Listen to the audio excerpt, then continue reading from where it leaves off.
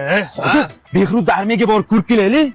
Qo'y yana lof aytib odamni aldaydi. Nima bu sening do'stimiz u, yur. Yur bo'pti. Samatov! Ye! Do'stlarim! Oyog'ingni o'qiydimi? Yo, sapok tarqatagina bittasiga 39, bittasiga 44 razmer berib yubordi-da, o'shanga sudirib yuribman bittasini. Kirdi?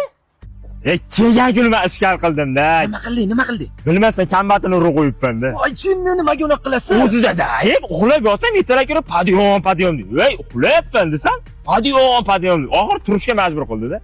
Rakina bilan urdi.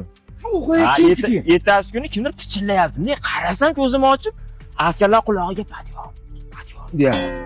Ya pichillamadi deb hozir kiroat bilan uraman dedi. Ya qo'ysangchi aldama. Hech nishonmaydi bu. Keyin nima bo'ldi?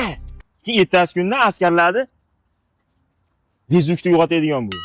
Ha, senga. Ha, Sigaret olib keldim, cho'nchagingga tiq dembeleng olib qo'yadi.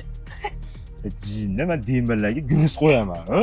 Har kuni menga sigaret, baliq, madichida tashab ketishadi. Ammo ishonmayaptimi? Men qaraman. Bu kalt ko'ryapsanmi? Bas chast kalti bo'ladi, menda turadi. Qolasan hozir qulpa ketib yuboraman. Kulma jinni mana. Qara, bu chast kalti.